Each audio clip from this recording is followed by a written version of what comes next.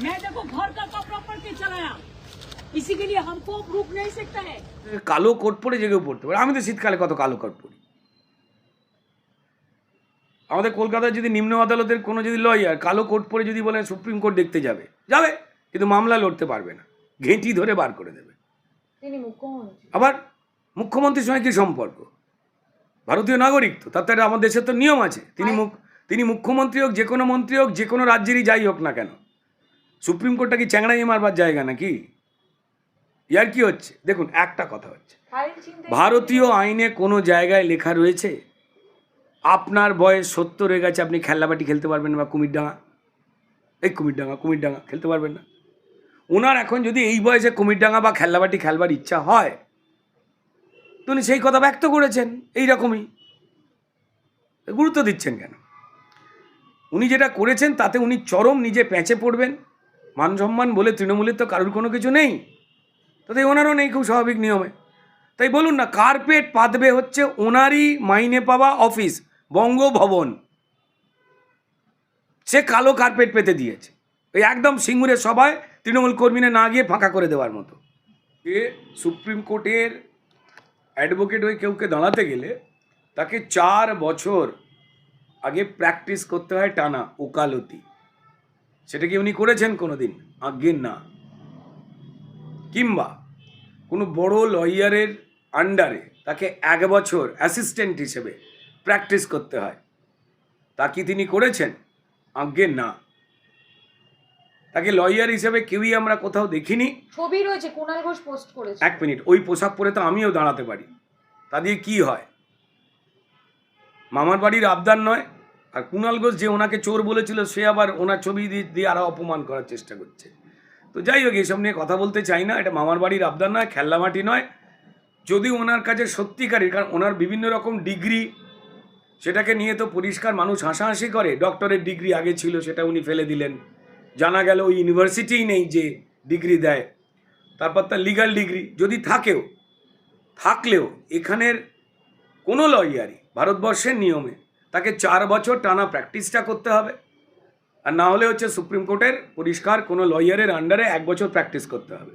তা তৃণমূলের বা তৃণমূল পরিচালিত রাজ্য সরকারের যে কোনো দুর্নীতি ঢাকতে মূলত মামলা লড়েন কংগ্রেসের 2 জন নেতা।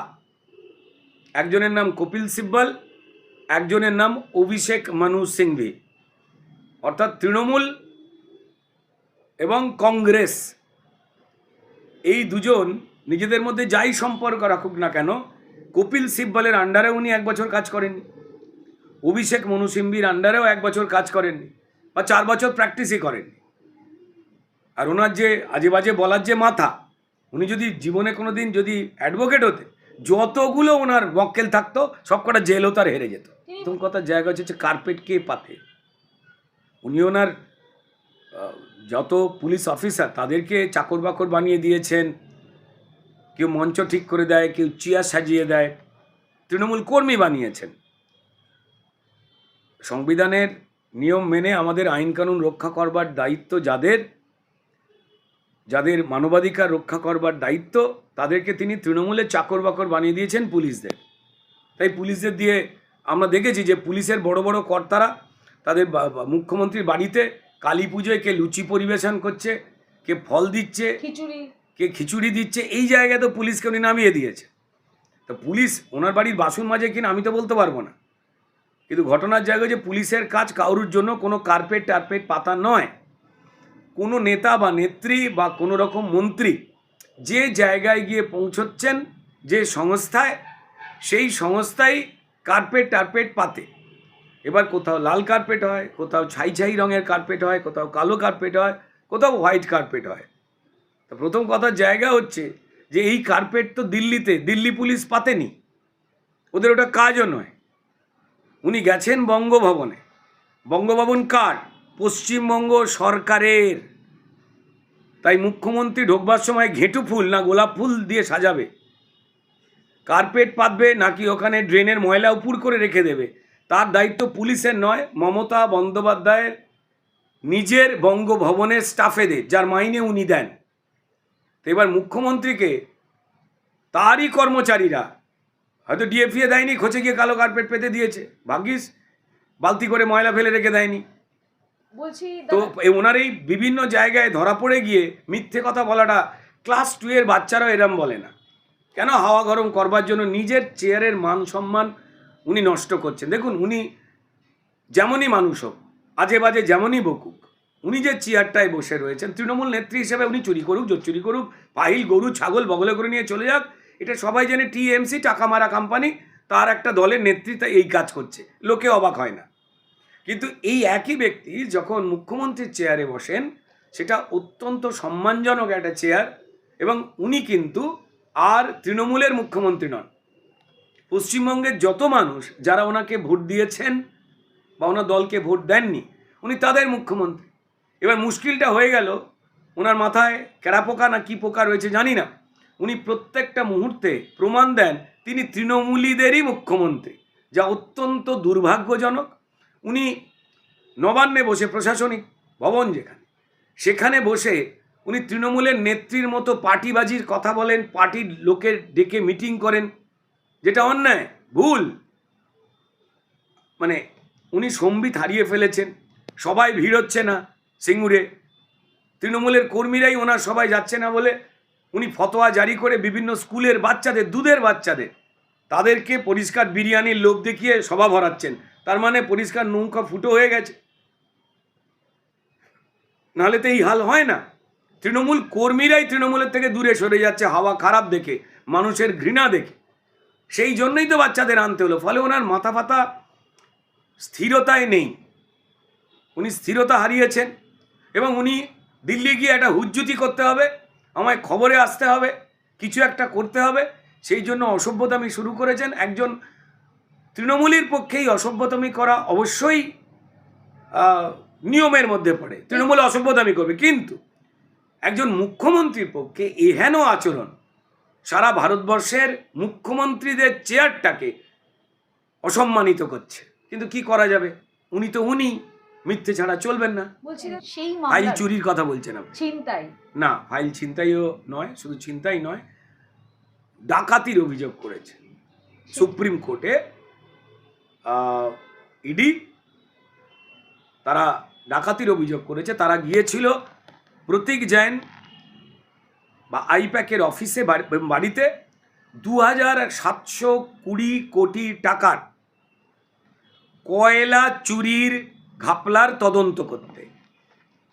মমতা বন্দ্যোপাধ্যায় কয়লা চুরির যে তদন্ত নথি যাতে কালেক্ট করতে না পারে, সেখানে যে অফিসে যিনি জীবনে যাননি, সেটা তিনি জেনেও গেলেন, হঠাৎ করে বলে ফেলেন, এবং তাকে নিশ্চয়ই ফোনে কেউ বলে দিয়েছিল, বা ফোনে নিশ্চয়ই কেউ ছিল, তার সঙ্গে পুলিশ অফিসাররা থাকতে পারে যারা নিয়ম ভেঙে মুখ্যমন্ত্রীকে তার Z+ নিরাপত্তা এই সমস্ত বিভিন্ন রকম অজুহাত দিয়ে তারা অবৈধভাবে ওখানে ঢুকেছিল, যেখানে সুপ্রিম কোর্ট স্পষ্ট করে জানিয়ে দিয়েছিল এই 8 তারিখের ঘটনা নিয়ে, যে কোনো রাজনৈতিক দল বা কোনো সংস্থা, রাজনৈতিক বা অরাজনৈতিক, কেন্দ্রীয় ইনভেস্টিগেটিং এজেন্সি যখন এই কয়লার এত কোটি টাকার চুরির তদন্ত করছে, সেই সময় ঢুকতে পারে না।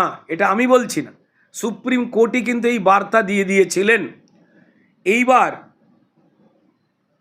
আগামীকাল সুপ্রিম কোর্টের অগ্নি পরীক্ষা রয়েছে, যে দেশের আইন সবার জন্য সমান নাকি যারা ক্ষমতাবান তাদের জন্য আলাদা আইন।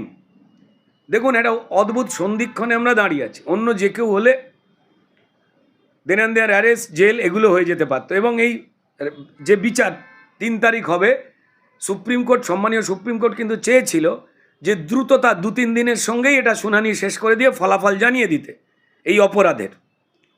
কিন্তু কপিল সিব্বল, যিনি আমাদের ট্যাক্সের টাকায় বড়লোক হন, কল্যাণ ব্যানার্জি আমাদের ট্যাক্সের টাকায় অপরাধকে লুকোতে রাজ্য সরকারের বা তৃণমূলের অবতীর্ণ হন, বা আর এক কংগ্রেস নেতা কপিল সিব্বলের মতো অভিষেক মানু সিংভি, এই দুজন তো লয়ার, তো ফলে তারা যে মামলা লড়ে, তৃণমূল যা অন্যায় করেছে পশ্চিমবঙ্গের মানুষের সঙ্গে, বা তৃণমূলের এই সরকার যা যা ঘোটালা করেছে, সেটাকে চাপবার জন্য তারা মামলা লড়েন। তাদের মোটা টাকা দিতে হয় আমাদের ট্যাক্সের পয়সায়। ভাবুন, চুরি করছে তৃণমূলের সরকার এবং মন্ত্রীরা। তাদের বাঁচাবার জন্য দামি দামি যে কংগ্রেসের নেতারা লইয়া সেজে রয়েছেন, তাদের টাকা যাচ্ছে আপনার আমার পকেট থেকে, যাদের পকেট থেকেই এই তৃণমূলবাহী রাজ্য সরকার টাকাটা চুরি করেছে। তো যাই হোক, অত্যন্ত গুরুত্বপূর্ণ একটা সময় দাঁড়িয়ে রয়েছেন সম্মানীয় সুপ্রিম কোর্ট। তাদের প্রমাণ দিতে হবে যে দেশে আইন সবার জন্য সমান, অপরাধ করলে নাকি মমতা বন্দ্যোপাধ্যায়ের বা বাকি এই ধরনের লোকজন যারা আইন ভাঙছেন, অপরাধ করছেন, কয়লা চুরির তদন্ত যাতে ভেস্তে যায় তার জন্য ফাইল চুরি করে নিয়ে পালিয়ে যাচ্ছেন, ডাকাতি করে। চুরি বলে আমি চুরিটাকে ছোট করলাম, মাফ করবেন, কারণ বুক ফুলিয়ে প্রকাশ্যে চুরি করাটাকে ডাকাতি বলে। এবার আবার তিনি মাইক ফুঁকে অনেক কিছু বলেছেন। সাংবাদিকরা প্রশ্ন জিজ্ঞেস করেছে এই চুরির টাকা গোয়া নির্বাচনে গিয়েছিল কিনা। তিনি রেগে গেছেন, রেগে গিয়ে আজে বাজে অভিযোগ করেছিলেন বিভিন্ন জনের নামে। তো যাই হোক, কালকে পরিষ্কার দেশ তাকিয়ে রয়েছে সম্মানীয় সুপ্রিম কোর্টের দিকে যে আইন সবার জন্য সমান, অপরাধ বা অন্যায় করলে নাকি নয়। যদি দেখা যায় যে যারা ক্ষমতাবান তাদের কাছে কোনো অপরাধ অপরাধী নয়, তো তাহলে কিন্তু আদালতের যে গরিমা, আদালতের ওপরে যে আস্থা এবং ভরসা, সেটা কিন্তু সারা ভারতবর্ষে চূর্ণ হয়ে যাবে। দেখুন, খুব দুর্ভাগ্যজনকভাবে আমি শুধু একটাই কথা বলি, যেখানে যে বাজেটে 17টা জীবনদায়ী ক্যান্সারের ওষুধের দাম কমে, যেখানে ডায়াবেটিসের মতো অসুখের জীবনদায়ী ওষুধের দাম কমে, যেখানে মহিলাদের সশক্তিকরণের জন্য জোর দেওয়া হয় যাতে 1 লক্ষ টাকা করে গরিব মহিলারা যারা বিভিন্ন রকমের স্বনির্ভর প্রকল্পের সঙ্গে জড়িয়ে প্রায় 2 কোটি মহিলাকে স্বনির্ভর করার চেষ্টা করা হচ্ছে, সেটা হাম্পটি ডাম্পটি। যেখানে আমাদের এখানে ইন্ডাস্ট্রিয়াল করিডোর তৈরি করার চেষ্টা হচ্ছে যাতে পরিষ্কার শিল্প আসতে পারে। সিপিএম এবং তৃণমূলের 2 নম্বরিতে, চুরিতে, ভুল প্রশাসনিক পদক্ষেপে শিল্প চলে গেছে, ছেলের মেয়েরা বেকার হয়ে গেছে, অন্য রাজ্যে চলে যাচ্ছে, মানুষ পরিযায়ী শ্রমিক হতে বাধ্য হচ্ছে এই রাজ্য থেকে।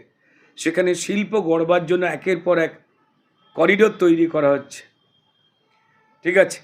যেখানে তামিলনাড়ু থেকে দুর্গাপুর অবধি সেখানে ইন্ডাস্ট্রিয়াল করিডোর তৈরি করা হচ্ছে, থ্রেড করিডোর, সেটাকে উনি বলছেন হাম্পটি ডাম্পটি।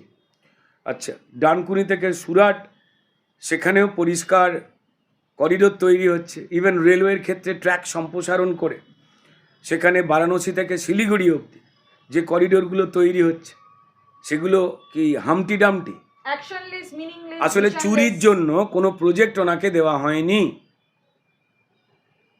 এরা ঘুম থেকে উঠে, আমরা যেমন সূর্য মন্ত্র জপ করি, গায়ত্রী মন্ত্র জপ করি বিভিন্ন রকম ওম ভূর্ভুবস্ব বলে, মমতা বন্দ্যোপাধ্যায় এবং তৃণমূল ঘুম থেকে ওঠে, ওরাও একটা মন্ত্র জপ করে, চুরি স্বর্গ চুরি ধর্ম চুরি পরমং তপ, চুরি যদি না করি হাত চুলকায়, তাই চুরি নামং জপ।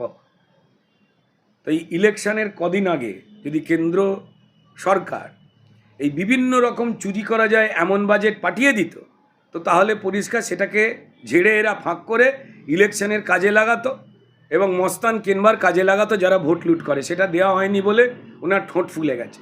উনি কি জানেন যে ভারতবর্ষের প্রত্যেকটা জেলায়, পশ্চিমবঙ্গ তো ভারতবর্ষের বাইরে নয়, সেখানে এই যে আমাদের মহিলারা যাতে হস্টেলে থেকে পড়াশোনা করতে পারেন, তার জন্য বিভিন্ন রকম হস্টেল বানাবার জন্য হাজার হাজার কোটি টাকা পরিষ্কার দেওয়া হচ্ছে। সেটা সম্পর্কে কি বলবেন?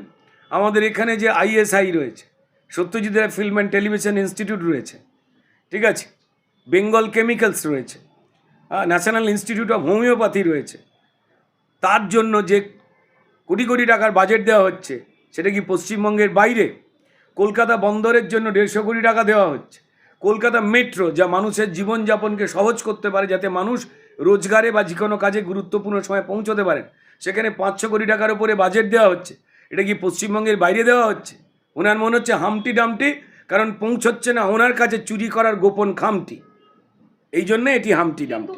আপনি বলছেন ডানকুনির কথা, আপনি বলছেন দুর্গাপুরের কথা, এগুলো কি পশ্চিমবাংলার বাইরে? কারণ অভিষেক বন্দ্যোপাধ্যায় বলেছে, নির্মলা সীতারামনজি অর্থাৎ আমাদের ভারতের অর্থমন্ত্রী, তিনি যখন বাজেট পেশ করছিলেন, এই 85 মিনিটের যে বাজেট পেশ, সেখানে নাকি বাংলার নাম একবারও উচ্চারণই করেনি। তাহলে ডানকুনি, দুর্গাপুর এগুলো কি পশ্চিমবাংলার বাইরে, নাকি দেখুন, অভিষেক বন্দ্যোপাধ্যায় ম্যাপ দেখতে দেখুন, যাচ্ছেন? প্রথম কথার জায়গা হচ্ছে, আপনারা সবাই জানেন যে অভিষেক বন্দ্যোপাধ্যায়ের একটু চোখের সমস্যা রয়েছে।